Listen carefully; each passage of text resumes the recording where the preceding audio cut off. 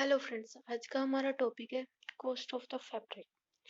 Cost of the fabric का मतलब होता है कि कपड़ों की कीमत किन किन फैक्टर पर निर्भर करती है। तो इसमें हमारे कुछ पॉइंट आते हैं। सबसे पहले है हमारा ओरिजिन ऑफ फाइबर, फाइबर की लेंथ, वीव, विड्थ, फिनिशिंग। तो ओरिजिन ऑफ फैब्रिक जैसे कि उत्पत्ति कहाँ से है। अगर आपका सिल्क और प्योर वूल है तो वो ज़्यादा महंगा होता है, ज़्यादा एक्सपेंसिव होता है आपके कॉटन और सिंथेटिक फाइबर से। दूसरा जो आपके फाइबर की लेंथ, फाइबर की लेंथ आपके दो चीजों पे निर्भर करती है। पहला स्टेपल और फिलामेंट। स्टेपल बोलते हैं जो छोटे छोटे टुकड़ों से बना हुआ होता है। फिलामेंट एक लंबा लंबे टुकड़े को बोलते हैं। तो जो स्टेपल फाइबर से बने हुए कपड़े होते हैं वो कम महंगे होते हैं। इसकी बजाय जो आपके फिलामेंट फाइबर से बने हुए कपड़े होते हैं वो ज्यादा महंगे होते हैं। दूसरी आपके वीव के ऊपर कि आपकी कौन सी वीव से आपका कपड़ा बुना हुआ है। तो जो आपके ट्विल वीव से बने हुए कपड़े होते हैं वो ज्यादा महंगे होते हैं आपकी प्लेन वीव के कपड़ों से।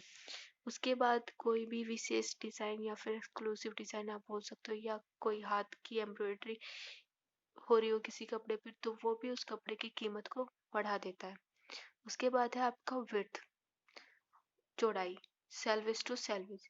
जितनी ज्यादा चौड़ाई या पना होगा उतने ही ज्यादा आपके कपड़े की कीमत होती है। उसके बाद है आपका सबसे लास्ट पॉइंट, फिनिशिंग, कि आपके कपड़ों पे किस तरीके की फिनिशिंग हुई है, कपड़ों पे किस तरह का केमिकल यूज करके उसको फिनिश किया गया है। उससे भी आपके कपड़े की कीमत बढ़ती है। जैसे आपके कपड़े पे कोई सल्फराइजेशन करी हुई है या फिर मर्सराइजिंग की हुई है। आप लोगों को पता है जो मर्सराइज्ड कॉटन है वो ज्यादा महंगा आता है।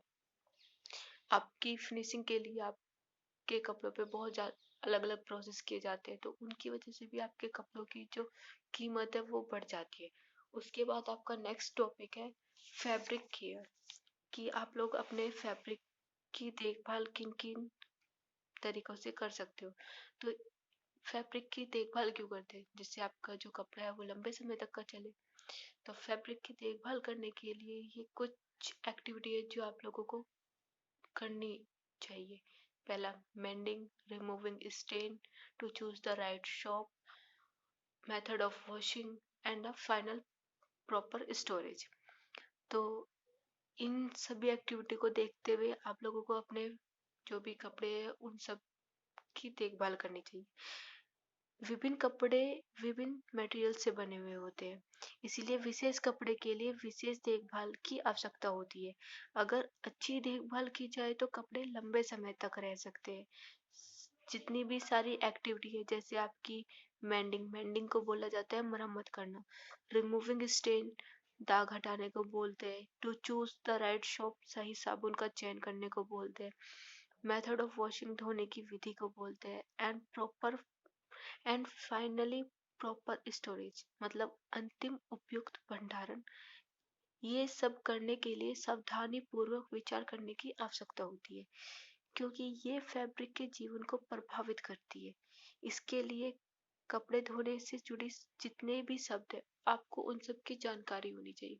जब आपको फैब्रिक का पता होगा कि कौन से फैब्रिक पे किस तरह का प्रोसेस यूज करना चाहिए उसकी देखभाल के लिए, तभी आप किसी भी फैब्रिक को एक अच्छी कंडीशन में रख सकते हो। तो आप लोगों को फैब्रिक केयर, मतलब किस फैब्रिक पे किस तरह की केयर करनी चाहिए, आप लोगों को इन सब चीज की जानकारी होनी। फैब्रिक केयर से जुड़े जितने भी आपके वर्ड्स होते हैं आपको उन सब की जानकारी होनी चाहिए। जैसे आपके डर्ट हो गए, आपकी स्टेन हो गई, आपकी लॉन्ड्री हो गई, आपको इन सभी वर्ड्स के बारे में पता होना चाहिए। तो थैंक यू।